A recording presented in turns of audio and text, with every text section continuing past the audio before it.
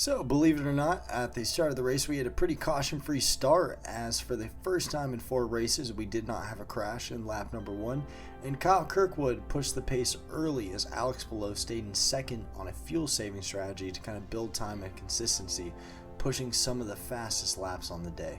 Also hilarious early on, Christian Lundgaard decides to hit a sign off track as he flies off into the dirt, carrying the sign with him for a while as it gets lodged onto his front wing, and he carries it for many different laps, creating a very funny image. Marcus Armstrong flies off this track as well with a slight oversteer and goes off back into the dirt, almost causing a crash as he tries to go back in and almost strikes Joseph Newgarden, who was going into the pits, creating a close call on the day that we saw multiple of in this race.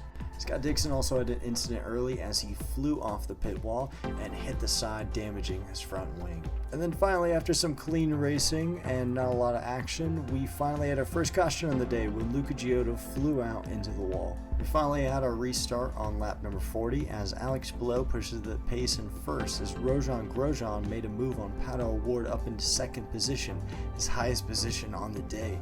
And then right after that, Nolan Siegel flies off the track as his tire touches the dirt, spinning out, but able to still continue on the day. So, we finally had a restart on lap number 43 as Grosjean tried to get a run on Alex Palou, but it's no use as he kept pace in that first position, and our top 3 pretty much ran Palou, Grosjean, and O'Ward for a while, and Canapino decides to go off track as his villain story continues with his first race back since the incident with Theo Picher, and after a strong start to the day, Pietro Fittipaldi, who had pace to potentially have a top 10 finish, ruined on the day as he barely missed the line coming out of the pits, had a drive-through penalty, ruining his chances at that top 10 finish.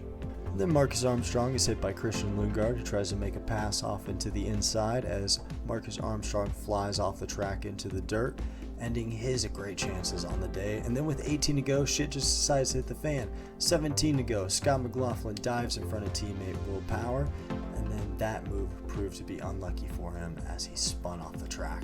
Jack Harvey was finally mentioned on the day, but for all the wrong reasons as he suffered engine failure late in the race. And then with 11 to go, we finally went green again with Colton Herta trying to make a run into turn 1 on Alex Palou, but was denied. Almost doubled the push to pass as Palou, but did not have the fuel at the end to make that final push.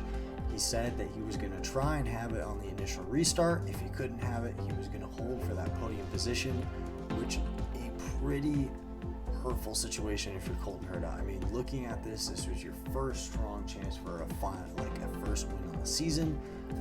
Denied here by Alex Palou, who pretty much ran away with it as Rossi and Grosjean battled for the third and final podium spot. Kiffin Simpson went a little wide towards the end, slamming into Graham Rahal, who basically had nowhere to go, flew off the track into the wall. And Alex Palou, after a very, very strong day, wins the race in a very Alex Palou fashion, which had a very good strategy and very strong lap times, which he had some of the fastest laps on the day, as he has yet again another win on the season. Overall, pretty good day of racing overall, I can't complain. Pretty clean race when you only have 5 or so cautions under that compared to the last couple of races that we've had, especially at Detroit and Indy. Pretty good day overall, I can't complain. These last couple of road courses have honestly been really entertaining and really challenging. I feel like we've seen a lot of competitive driving, a lot of different chances, and I like the competition between teams and especially between these drivers. It creates a whole different bundle of kind of stories for the series and kind of different points you can go with and different kind of new favorites that you can take race to race and just have these different results each race. It's beautiful for the series. It creates this kind of buzz around it, which people can kind of latch itself to instead of saying the same consistent thing week to week.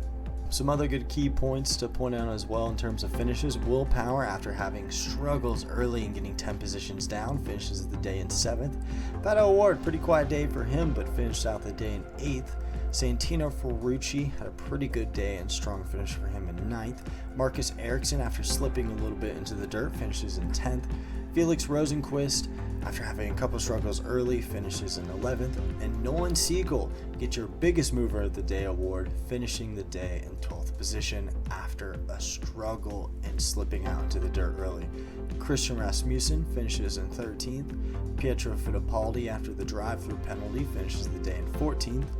Christian Lundgaard finishes in 15th, and his first race back, David Malukas, who had a flat late in the race, had top 10 pace, finishes the day in 16th. Linus Lundqvist finishes in 17th. Augustine Canapino in 18th. Joseph Newgarden, spinning out towards the end, finishes the day in 19th. Stingray Robb in 20th. Scott McLaughlin finishes in 21st. Marcus Armstrong in 22nd. Kiffin Simpson in 23rd. Graham Rahal in 24th. Jack Harvey in 25th. Rinus VeeKay in 26th. And Luca Giotto in 27th.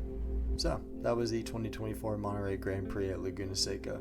Overall, pretty good one that I enjoyed, and as always, criticism is always welcomed.